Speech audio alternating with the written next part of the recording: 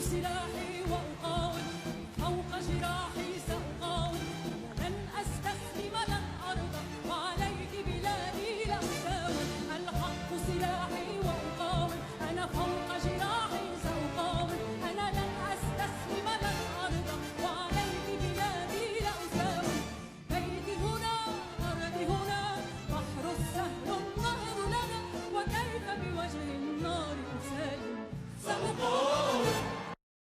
Bonjour, aujourd'hui j'ai avec moi Thomas Suarez.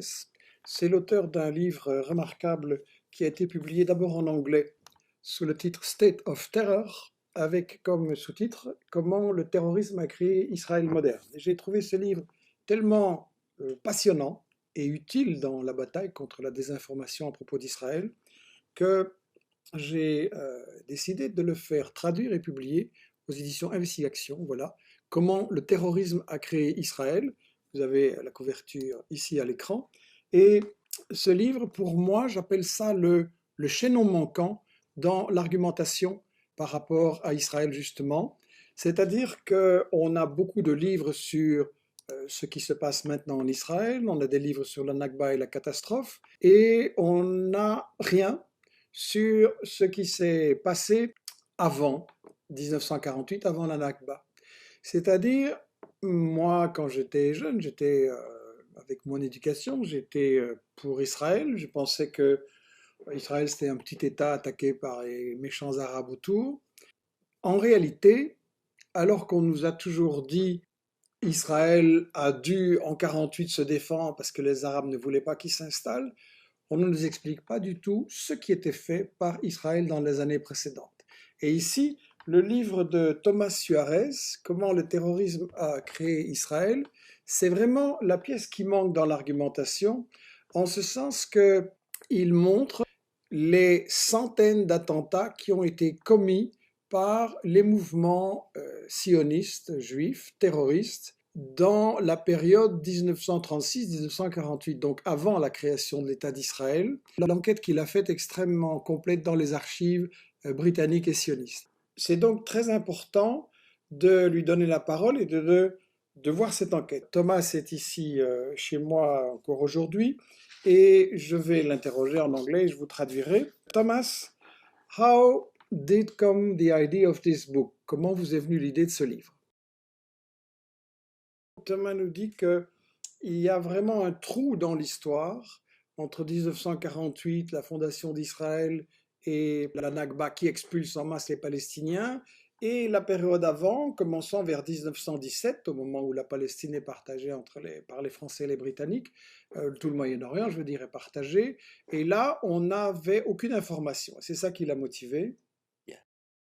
Qu'est-ce que vous avez constaté lorsque vous avez exploré, comme il l'a fait? C'est un bouquin avec énormément de documents et de citations et toujours les notes de référence qui sont basées sur les archives. What did you find in these archives? Premièrement, que les actions terroristes n'ont pas été commises par des petits groupes marginaux, mais carrément par l'instance dirigeante, l'agence juive, l'instance dirigeante de la colonisation sioniste. En fait, on a donc l'impression dans la version officielle qu'il ne s'agit que de quelques événements isolés. On parle d'un événement qui, lui, a reçu un peu de notoriété, c'est l'attentat contre l'hôtel King David à Jérusalem en 1946, mais en réalité, ça n'était même pas le plus important, il y a eu bien pire.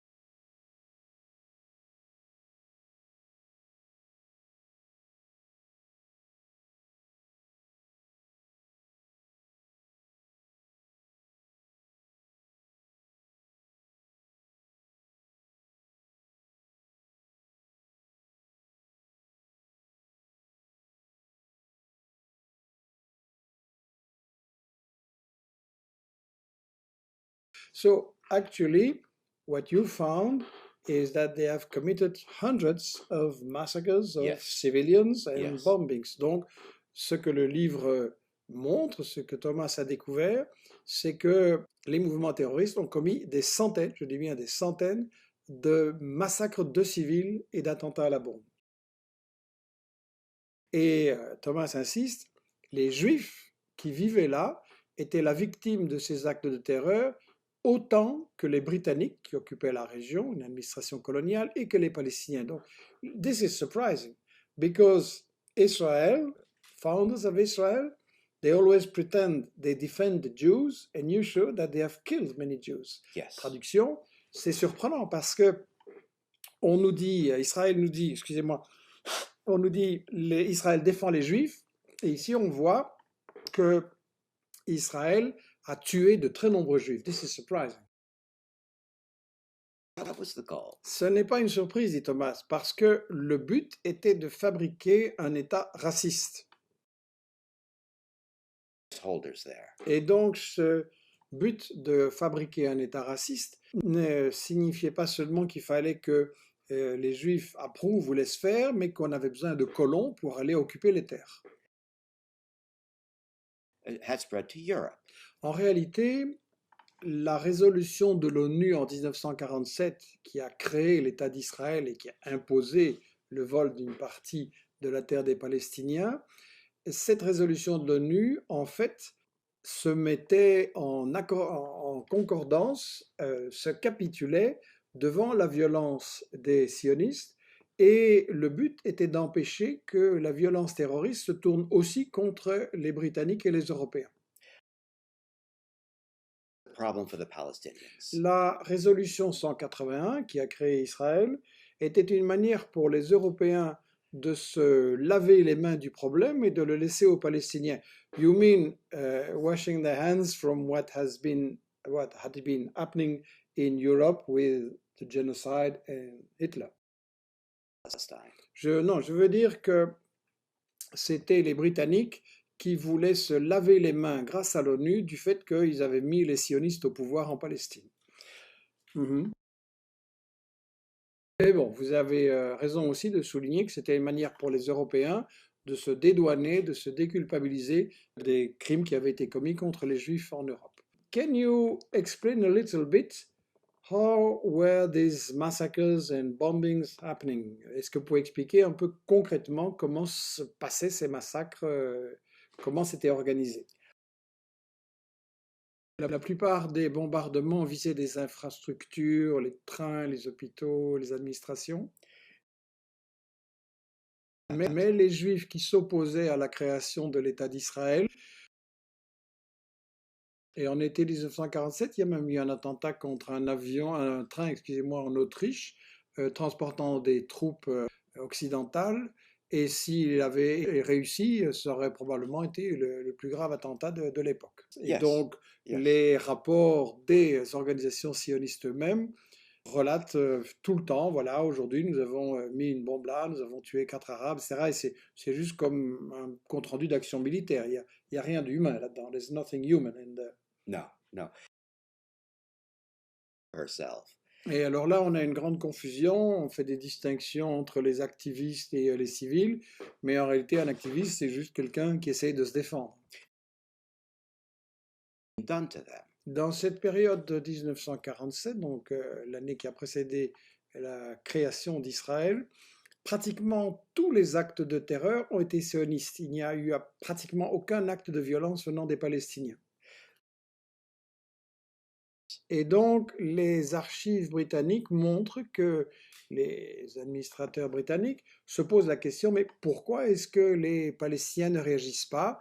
Et ils comprennent qu'en fait, les Palestiniens ont très bien perçu que le but des attentats sionistes était de provoquer une réaction et qu'à ce moment-là, les sionistes d'Israël allaient pouvoir dire « Regardez, on nous attaque, nous les Juifs ».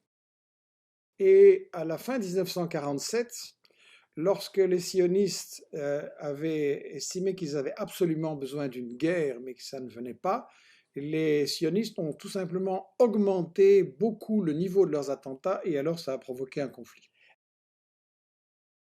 Et donc, ces modèles, cette méthode, c'est celle qui est encore appliquée aujourd'hui par Israël à Gaza. Israël attaque Gaza, met énormément sous pression en espérant qu'il y aura une réaction, et quand la réaction vient, le monde entier regarde, oh, les Juifs d'Israël sont attaqués. This is really Machiavel. Yes, exactly. Voilà, vous avez compris, je pense. Voilà, on ne va pas détailler ce compte-rendu des massacres, je le répète, contre les Britanniques, contre les Palestiniens et contre les Juifs. Ça, c'est quelque chose qui m'a totalement surpris. Je n'étais pas étonné que les sionistes tuent des Palestiniens, mais qu'ils tuent de nombreux Juifs. Ça, c'est quelque chose qui est totalement inconnu. In the period during the Second World War, what was the attitude of this Zionist movement toward the British and toward the Hitler, Nazi Germany? Quelle a été, pendant la Seconde Guerre mondiale, l'attitude des sionistes par rapport aux Britanniques et par rapport à l'Allemagne nazie?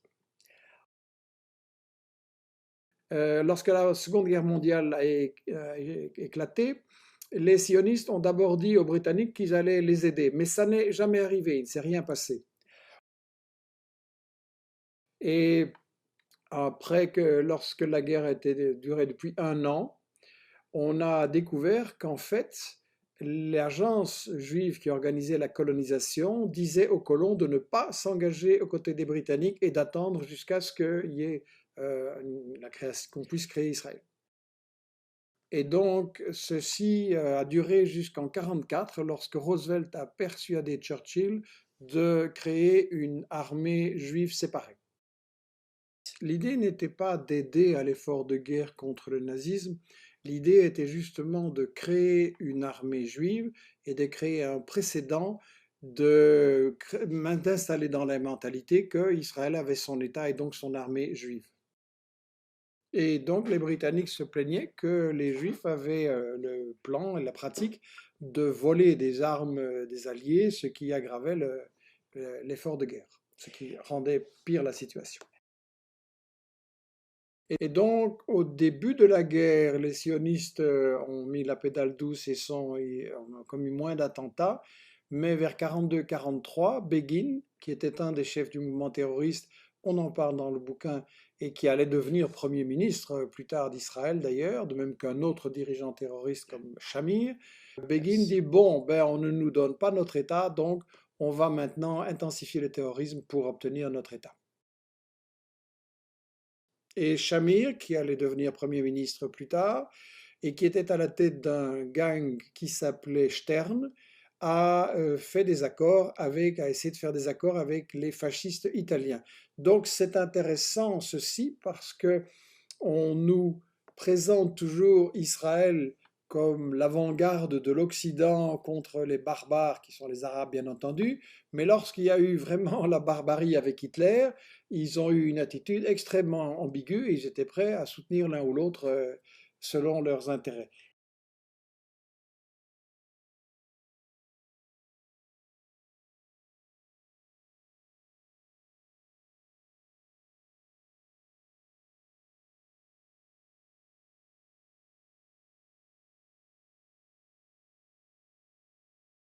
Bien.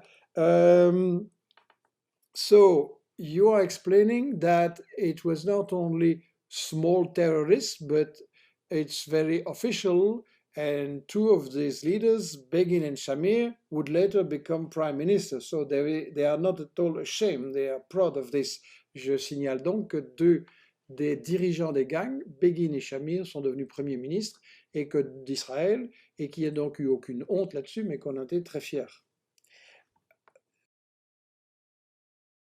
Ok, donc les responsables de ces mouvements présentaient Hitler et présentaient les Occidentaux comme étant Gog et Magog, ou on dirait Charib et Silla en français, et donc ils s'en fichaient de savoir qui gagnait. So, this book, it's a bit against the current. What were the reactions in England about your book? Quelles ont été les réactions d'Angleterre à ce livre?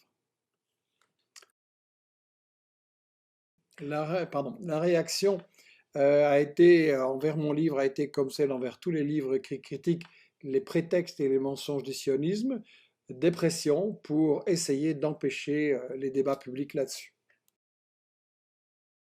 mais c'est une réaction tout à fait normale et courante.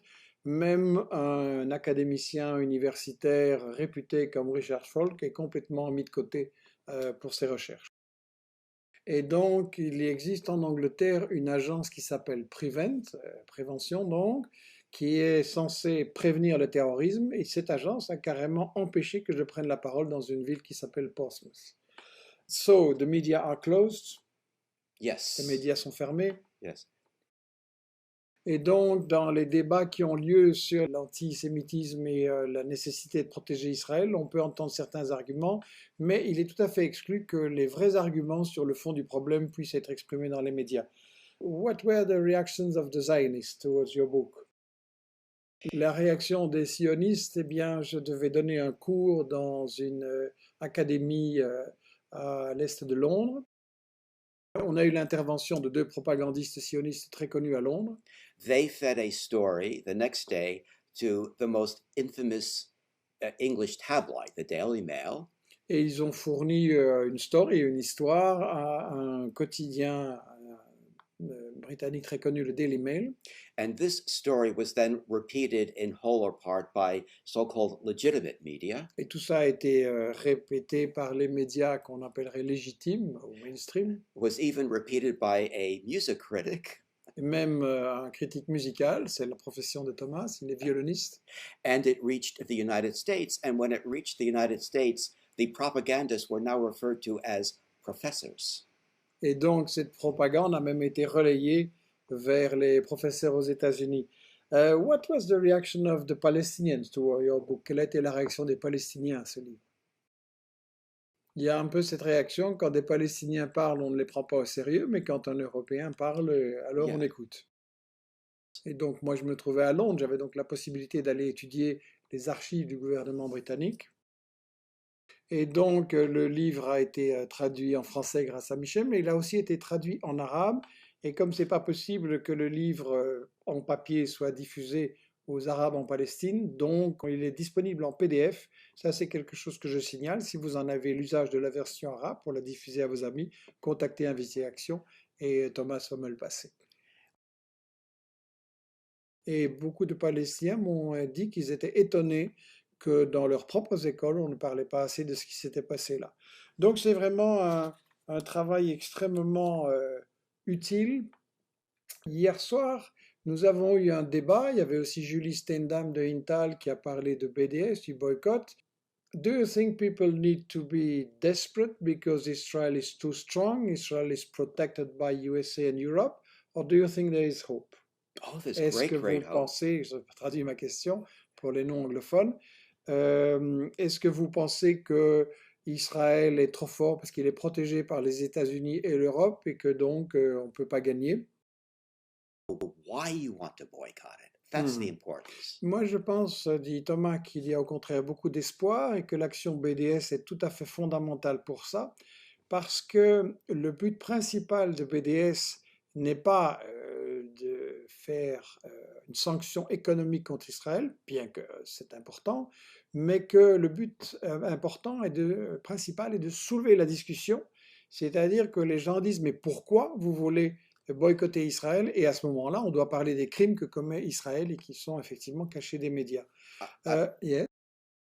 Et donc je suis optimiste parce qu'en fait, dit Thomas, Israël se démasque lui-même avec tout ce qu'il commet en annexant la Cisjordanie et Gaza, et il faut remercier Donald Trump parce qu'avec lui les choses deviennent plus claires, et on parle de l'annexion, mais en réalité c'est déjà de 1967 que Israël a annexé toute cette région-là. Mais donc Israël maintenant, puisqu'il annexe tout, il va devoir expliquer pourquoi, si vous n'êtes pas juif, vous n'avez pas le droit de vote. And then the fact that it is an apartheid state will be undeniable. Et à ce moment-là, le fait que c'est un état d'apartheid deviendra tout à fait impossible à nier. You are referring to the fact that there was a successful boycott against South Africa because it was officially an apartheid state, and this should be an example for the PDS against Israel. Je disais donc que Thomas se réfère au fait qu'il y a eu, j'explique ça pour les plus jeunes, un boycott identique contre l'Afrique du Sud, et dans les années 80 et 90 parce que l'Afrique du Sud officiellement se disait un État d'apartheid et ça a été condamné. Donc si Israël officiellement se dit un État d'apartheid, on devrait avoir la même chose. On avait eu une question sur Facebook, quelqu'un disait mais pourquoi alors est-ce qu'on a créé cet État, puisque c'était même contre les intérêts des Juifs et des Israéliens eux-mêmes? Pourquoi on a créé cet État? Est-ce que c'était pour satisfaire les besoins du Deep State? The question was, so why was this state created if it was also against the interests of the Jews there? Is it because of the interest of what the person calls the Deep State? What is the interest behind Israel? Je ne veux pas employer le terme Deep State, à moins qu'on voit très bien de quoi il s'agit dans le contexte. Mais effectivement, Israël était un colonialisme délégué, un agent du colonialisme de l'Occident, de l'Ouest, absolument. Ok. Je demandais qu'est-ce que les gens, les citoyens peuvent faire avec le livre de Thomas, quel est son souhait. The most important thing to me is to deny Zionism. Mon objectif, c'est qu'on puisse montrer, on puisse contrer le prétexte d'Israël de défendre les Juifs et montrer que c'est le contraire. Et donc, il faut retourner l'argument et montrer qu'Israël exploite la question de l'identité juive. Et donc, voilà, moi, je voudrais, dit Thomas, qu'on dise, voilà, le passé, c'est le passé, mais maintenant, aujourd'hui, quelle est l'objection que vous avez à ce qu'il y ait en Palestine un État démocratique où tous les citoyens soient égaux et aient le droit de vote? Very good. Je voudrais dire une ou deux choses du livre de Thomas. Vous pouvez le commander sur le site Investigation, investigation.net. Une fois que vous êtes là, vous allez chercher la rubrique livres et DVD et vous pouvez commander d'autant plus maintenant que on vous permet de faire des provisions pendant les congés. On fait des réductions spéciales pour que vous puissiez acheter et offrir aussi le maximum de livres pour justement ne pas être, ça c'est la chose sur laquelle j'insiste toujours, ne pas être des consommateurs d'informations, des gens qui disent voilà, oui, ce livre est bien, mais je le garde pour moi. Si vous le gardez pour vous, ça ne sert à rien. Et donc, il est très important de se former, mais justement pour pouvoir débattre de ça autour de nous. C'est tout le sens de la discussion qu'on a eue hier. Qu'est-ce qu'on peut faire? Quel est le rôle de chaque citoyen? Et on a conclu qu'il était vraiment très très important. Une autre information intéressante, info vient de paraître, je vous ai mis ici la couverture. L'autre info, c'est donc une sélection papier à laquelle vous pouvez vous abonner, des meilleurs articles d'investigation et du site français Le Grand Soir. Vous pouvez vous abonner, c'est une manière de nous soutenir aussi, de discuter autour de vous et de soutenir l'embauche de nos jeunes journalistes. Pour ma part, je vais le 22, j'ai un débat sur le RIC et la constituante avec Étienne Chouard et des spécialistes belges de la constituante et du RIC. C'est le 22 juin à Bruxelles, mêmes infos là-bas aussi. Voilà, je voudrais remercier Thomas pour être venu ici en Belgique participer à ce débat. Quand vous aurez vu le bouquin, vous verrez vraiment que c'est très très important de le lire, de se former et de le diffuser. Je voudrais dire aussi que si vous souhaitez inviter Thomas pour des conférences et des débats en Belgique, en France et en Suisse, vous pouvez le faire très facilement en nous écrivant via le site et vous pouvez contacter Federica qui s'occupe de ça dans notre équipe, c'est federica@investiaction.net ou vous écrivez à l'adresse qui va s'afficher tout à l'heure de Michel Midi et vous pourrez inviter Thomas et vous verrez que ça fait des discussions extrêmement utiles et passionnantes. Voilà, merci Thomas. Merci.